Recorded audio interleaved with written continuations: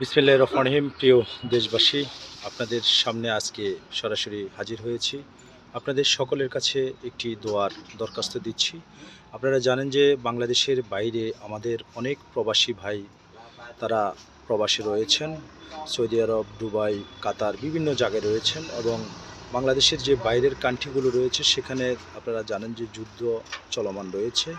তো আমরা সকল মমিন মুসলমানের জন্য দোয়া করি, আল্লাহ যেন সকলকে সহি সালামত রাখেন এবং ভালো রাখেন এবং সবাই যেন সুস্থ থাকেন। বিশেষ করে আপনারা জানেন যে সৌদিতে ঘটনাগুলো ঘটছে এবং সৌদিতে আমাদের বাংলাদেশি অনেক মায়ের সন্তান আল্লাহর ডাকে সাড়া দিয়ে না ফেরার দেশে চলে গিয়েছে, আমরা জানি, আমরা শুনেছি। তো আমরা সকল জন্য দোয়া করব, আল্লাহ যেন সকলকে ভালো রাখে এবং সহি সালামতে রাখে এবং সবাই যেন ভালো থাকে। আগামীকাল শুক্রবার জুমাবাদ আমরা বাংলাদেশের এবং বিশ্বের প্রত্যেকটা মসজিদে জুমাবাদ আমরা দোয়া করব আমাদের সেই ধরনের প্রবাসী মুসলমান ভাই বোনদের জন্য। সবাই এই ভিডিওটি শেয়ার করবেন এবং সবাই ভালো থাকবেন, সবাই সুস্থ থাকবেন।